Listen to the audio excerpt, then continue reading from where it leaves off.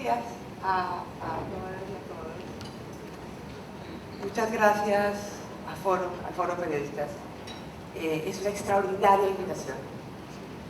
Yo estoy realmente muy contenta de poder estar en Panamá y de poder estar en este foro con las personas que hoy nos acompañan acá. Estoy muy contenta de estar acompañada por dos personas a las que admiro profundamente y de las que he aprendido realmente mucho en todos estos años de trabajo. Nos hemos encontrado en distintos sitios y han sido realmente maestros para mí, Jacqueline y Edison. Ustedes nos van a escuchar, pero no es solo lo que puedan decir aquí, es lo que han hecho durante su vida por el derecho de acceso a la información. Entonces, no puedo menos que agradecer al foro y por supuesto a todos los patrocinadores por la posibilidad de estar acá presente. Yo voy a mencionar muy rápidamente y necesito que alguien, porque yo me apasiono y me paso el tiempo y eso no se puede hacer, menos... Tranquila, yo te voy a explicar. Yo necesito que todo... Creo que tengo 20 minutos. 20 minutos. En 15 me dices, se te acabó el tiempo. Yo quisiera poner de presente cuáles son los estándares interamericanos en materia de libertad de expresión. ¿A qué me refiero con estándares interamericanos? Me refiero a que en estos últimos 12 años, el Sistema Interamericano de Protección de Derechos Humanos, el sistema regional, la Corte Interamericana, la Comisión Interamericana y la Relatoría, han elaborado una doctrina y una jurisprudencia sobre el alcance del derecho de acceso a la información. Esa doctrina y esa jurisprudencia se convierten en criterios de interpretación obligatorios del derecho de acceso a la información. ¿Sí? Que es lo mínimo que los estados que han firmado esos tratados deben cumplir para satisfacer sus obligaciones internacionales. Yo quisiera mencionar los dos principios básicos que rigen el derecho de acceso a la información según el sistema interamericano y 10 de los elementos fundamentales de ese derecho que tienen que tener en cuenta los estados al momento de reglamentarlo. Pero antes de decir esto quiero aclarar algo. Esos principios y esos componentes del derecho no surgen por generación espontánea. No hay simplemente una combustión química o una alineación de los astros que hace que un día a alguien muy ilustrado se le ocurra inventarse unos principios. No. Esos principios surgen de un aprendizaje constante, de un círculo virtuoso de relación entre el Sistema Interamericano de Protección de Derechos Humanos, que surge de tratados firmados por los estados, voluntariamente, porque aquí a nadie lo obligaron a firmar un tratado de derechos humanos, lo firmaron porque estaban avergonzados de lo que había pasado en el pasado y por eso los propios gobiernos dijeron, hay cosas que no vamos a poder volver a hacer nunca más, nos comprometemos con la comunidad internacional a unos límites de garantizar los derechos y por eso firman los tratados. Pero ese círculo virtuoso se produce con los órganos nacionales. Lo que pasó en Panamá entre el 2001 y el 2002 realmente fue extraordinario. El impulso de la sociedad civil y de los medios de comunicación para tener una ley de acceso a la información.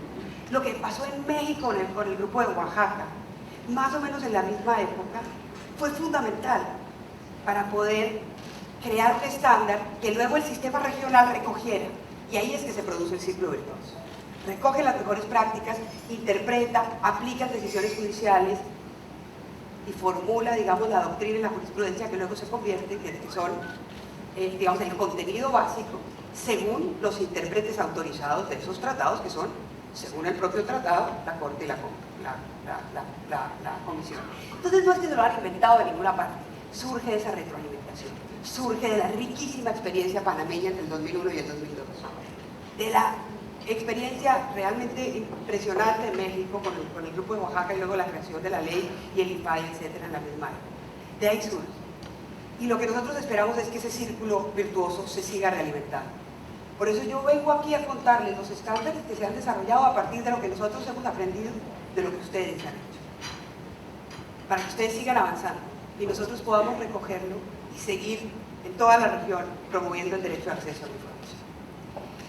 Según el Sistema Interamericano de Protección de Derechos Humanos, según la doctrina y la jurisprudencia, hay dos principios básicos que deben regir el derecho de acceso a la información, que deben estar en la ley y en el espíritu de la ley, que deben estar no solo escritos en una norma, sino las políticas públicas que se desarrollan en esa norma, en el alma y el corazón de las personas encargadas de aplicar estos derechos, que son el principio de máxima transparencia y el principio de buena fe.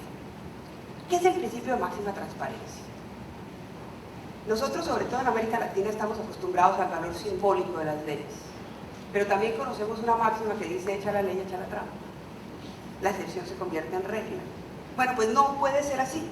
No puede ser así, tenemos que cambiar esta cultura del incumplimiento de la ley. La ley de acceso a la información y el principio de máxima transparencia nos obligan a que la regla sea la transparencia. Eso tiene que ser la regla, eso es lo que nos tenemos que meter en nuestro ADN cultural.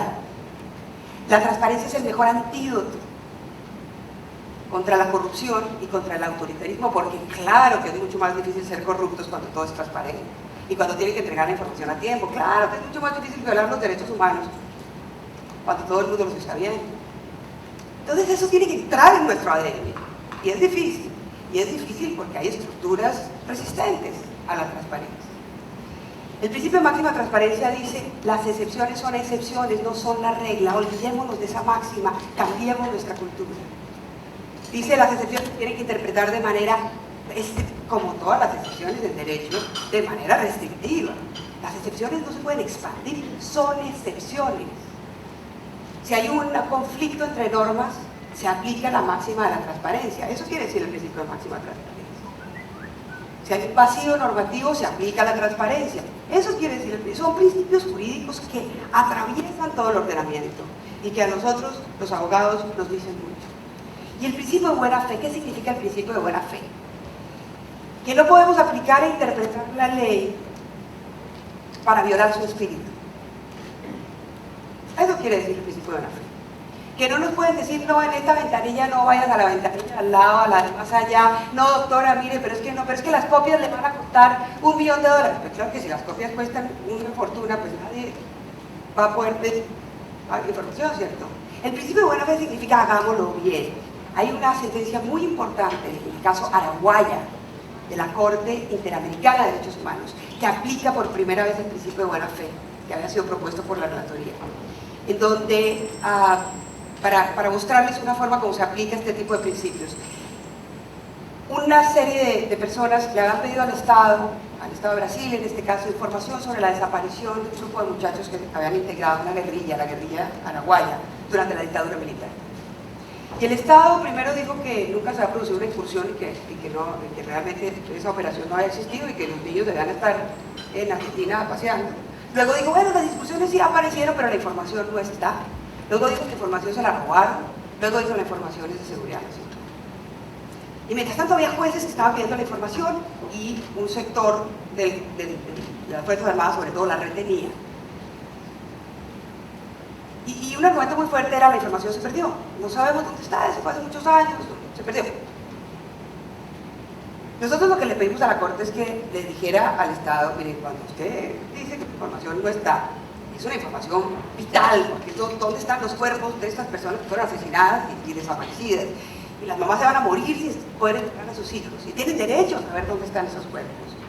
El Estado tiene la obligación de buscar la información, reconstruir la información, hacer, digamos, todo lo que los estados, digamos, hacen usualmente en otro tipo de informaciones que en este caso se habían negado. Particularmente buscarla y reconstruir. La Corte no llegó hasta allá, pero dijo algo muy importante. Cuando el Estado dice que no tiene una información que debería tener, tiene que decir por qué no la tiene. Y todo lo que hizo para encontrarla. No basta con que conteste: eso se perdió. Eso yo lo he buscado, no está en ninguna parte, doctora. No basta con eso. Ahí está incumpliendo el principio de buena fe. Si actúa de buena fe, tiene que decirle a la gente: mire, esa información debía estar acá, no está, hemos intervenido, hemos interrogado a fulano, fulanito, perentejo, hicimos tales, para que además uno pueda controvertir la actuación del Estado. Y decirle: mire, a lo mejor se le olvidó buscar en esa gavetica. Hágame el favor y la abre y me dice: no está ahí. Y así uno puede controvertir esa acción y lograr que el Estado entregue una información. Así es que se entienden los principios cuando uno actúa de conformidad con el derecho y con los actos estándares. Pero no solamente el derecho de acceso a la información está regulado por esos dos principios. El derecho de acceso a la información tiene por lo menos 10 características básicas. Uno podría decir más o menos, yo escojo 10 porque es un número que la gente se acuerda, particularmente yo me acuerdo, que tengo mala memoria. Y son los siguientes. En primer lugar,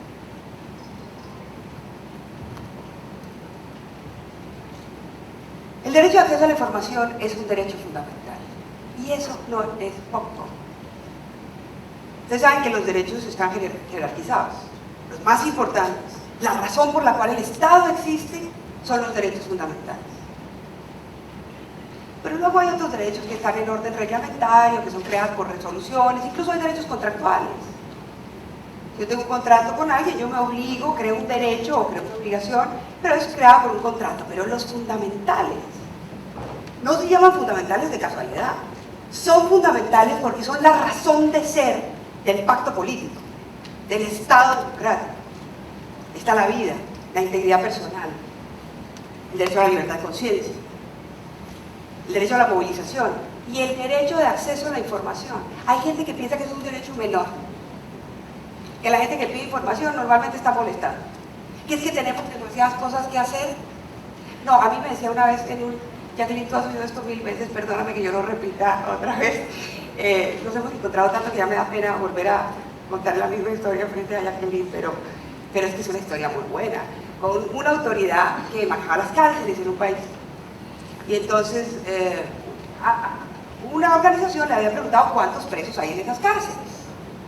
Y la autoridad le contesta, no, además de que los tengo que alimentar, que vestir, que tengo que darle, ¿usted me pide que los cuente? No, digamos, y si no los cuenta, ¿cómo sabe cuánta alimentación, cuántos médicos, cómo tienen que ser las cartas? Es que es absurdo. Hay autoridades que piensan que esa preguntadera lo único que hace es impedirles trabajar mejor y no se dan cuenta que esa preguntadera los obliga a trabajar mejor, nos hace trabajar mejor. Yo agradezco el derecho a acceso a la información. A mí como funcionaria pública internacional me ayuda, claro, me quita tiempo y me quita recursos, pero me ayuda a que me fiscalicen y que me vigilen, me ayuda mucho. Eso es lo que hay que meter dentro de ese ADN. Entonces lo primero es que es un derecho fundamental. ¿Y por qué es un derecho fundamental? Porque sin acceso a la información no podemos ejercer, por ejemplo, los derechos políticos. ¿Cómo sabemos por quién votamos si no sabemos cómo se gastaron la plata? ¿Cómo sabemos por quién votamos si no sabemos si realmente los dineros que están dirigidos a los sectores populares, a los sectores menos favorecidos, se están invirtiendo en los sectores menos favorecidos? Porque eso se sabe a través del derecho de acceso a la información. O nos quedamos con la versión de los estados, que muchas veces actúan de buena fe. Yo tengo la mejor relación con muchos estados de la región. Pero el derecho de acceso a la información ayuda a que digan la verdad, a que los podamos controvertir, a que no se vean tentados con esas tentaciones que tenemos todos los seres humanos de querer quedar bien y no decir todo lo que tienen que decir. Para eso ayuda, para poder ejercer, para poder seleccionar la preferencia política en un proceso electoral, pero también para poder ejercer el control político, para poder tomar decisiones personales. El derecho de acceso a la información es la condición fundamental para el ejercicio de una cantidad de derechos fundamentales que son esenciales en el funcionamiento de una democracia. No hay duda, no hay duda. Por eso es tan importante, por eso es un derecho fundamental, por eso está en la base de la estructura política. No basta con eso. Segundo principio, toda persona tiene derecho de acceso a la información, es un derecho universal. A las personas no les podemos, cuando piden información pública, no hay que preguntarles para qué la quieren. Otro caso, un grupo de ciudadanos pregunta cuál es el salario del Contralor General de la Nación en un estado. Y la Corte Suprema de Justicia le contesta, ¿y usted para qué quiere saber eso? Entonces ellos dicen, pues porque se lo está pagando con mis impuestos. No. ¿Cuál es su interés? Porque yo entregarles esa información para que usted haga oposición, si no. Bueno, pero es decir, pues claro que usted tiene que entregar esa información. Si la información es buena, no le van a hacer oposición. Si le van a hacer mala, pues le van a hacer oposición. Y si le hacen oposición, defiéndase. Eso es una democracia. ¿Cómo que es que yo no entrego la información porque entonces la utilizan contra mí? Pues es que usted tiene que entregar la información justamente porque tiene que poderse defender a partir de esa información. Entonces es un derecho de todas las personas, y no se puede pedir un interés, porque el interés, basta con habitar ese territorio para tener un interés sobre cómo se gasta el dinero, sobre cómo se ejercen las funciones públicas, sobre cómo se cumplen esas tareas que el Estado tiene. Tercero, todas las autoridades y todas las personas que ejecutan recursos públicos y todas las personas que cumplan funciones públicas están sometidas al derecho de acceso a la información. No hay excepción. Aquí no hay colonia, porque gastan plata de todos, porque cumplen funciones para satisfacer los derechos de todos. Ahora, hay unas excepciones del derecho de acceso que se aplican transversalmente, de las cuales vamos a hablar ahorita un poquito más adelante. Cuarto, debe existir un mecanismo adecuado de petición y respuesta. Debe existir un mecanismo al cual la gente pueda acceder rápido. Si yo tengo que llenar un formulario de 300 páginas cada vez que quiero solicitar información, no hay un mecanismo adecuado de petición y respuesta. El mecanismo tiene que servir además para que la respuesta sea una respuesta oportuna, completa y accesible. Son las tres palabras que utiliza la Comisión: oportuna, completa y accesible. Si una comunidad indígena pide una información sobre el impacto ambiental en su territorio, no le pueden entregar fórmulas químicas. Tienen que entregar la información accesible. La información tiene que ser completa y la información tiene que ser oportuna. Y para eso tiene que existir un recurso que tenga plazos razonables, un recurso que tenga un trámite fácil, un recurso que no sea oneroso, para que todas las personas puedan acceder y no haya barreras de acceso y las personas tengan que contratar firmas costosísimas, sofisticadísimas de abogados para poder acceder a la información que necesitan, por ejemplo, para ejercer sus derechos fundamentales. Aparte de ese recurso que debe existir, el quinto, digamos, contenido importante es que debe existir la forma de controvertir la respuesta de la administración. O sea, una cosa es el recurso que yo tengo para que la administración me responda, ¿no?, que se llama distinto en cada uno de los estados, una solicitud, el derecho que yo tengo a formular esa solicitud, y otra cosa es que si la administración me contesta negativamente, yo pueda acudir a un recurso que sea idóneo, a un recurso que sea eficiente, a un recurso que sea rápido. Si yo no tengo un recurso idóneo, eficiente y rápido, pues no tengo derecho a acceso a la información. Todo lo demás puede ser muy bonito, todo lo demás puede ser precioso, la ley, la norma, el contenido, las excepciones, que mire que la relatora vino, que nos dijo, todo lo demás puede ser maravilloso. Pero si no hay un recurso efectivo, una garantía que asegure que ese derecho va a ser satisfecho de manera pronta y oportuna,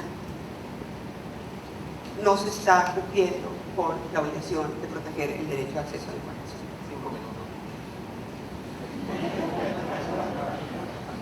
Número 6.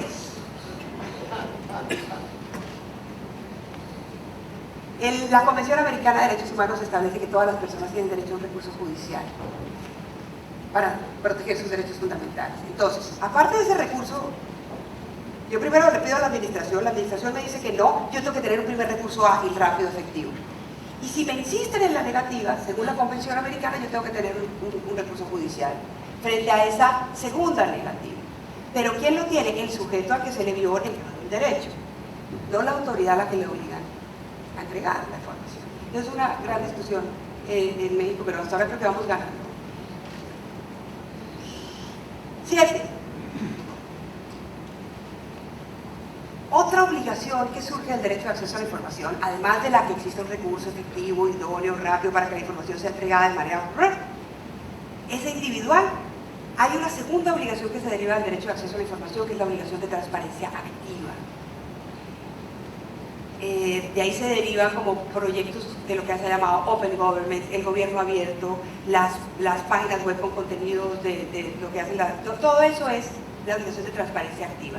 Ya no responder, sino publicar proactivamente todo, o todo lo relevante, digamos. 9, punto clave, los límites. El derecho de acceso a la información tiene límites, como tienen límites todos los derechos humanos, por supuesto que tiene límites. si la policía está haciendo un operativo para capturar a unos bandidos que tienen secuestrada a una gente, pues no vamos a ir a decirles que cuál es el operativo, ¿cierto? Todos estaremos de acuerdo en que eso no nos lo tiene que entregar. Si el organismo de salud pública captura unos datos sobre las personas que tienen VIH-Sida, por supuesto que esa información no la pueden entregar. Es una información delicadísima, reservadísima, esa información no puede circular. Hay una información que tiene que ver con datos personales, con los derechos de las personas, y hay otra que tiene que ver con la gestión pública, que puede ser reservada con la defensa de la seguridad nacional, del orden público. Pero no está a discreción del Estado reservar, o si no volvemos a caer en la historia de que todo está divino, pero las excepciones son de tal magnitud que no hay derecho a acceso a la información. El artículo 13.2 de la Convención Americana sobre Derechos Humanos es muy claro. ¿Ustedes quieren establecer una excepción del derecho a acceso a la información? Yo no sé qué micrófono. Ya estoy a punto de terminar. Tiene que estar en una ley. No puede ser que es que cada vez que a alguien se le ocurra una excepción saque un decreto, una resolución, un acuerdo, tiene que estar en una ley. ¿Por qué? Porque es un límite de los derechos humanos. Y los límites de los derechos humanos los define el Congreso, o el Senado, o la Asamblea, o como se llama en cada país. Después de una deliberación pública, en donde están representadas las distintas visiones de la sociedad. Y ahí dicen, miren, estas son las excepciones. Está en una ley. Y la ley tiene que ser precisa, la ley tiene que ser clara, y la ley tiene que perseguir objetivos legítimos.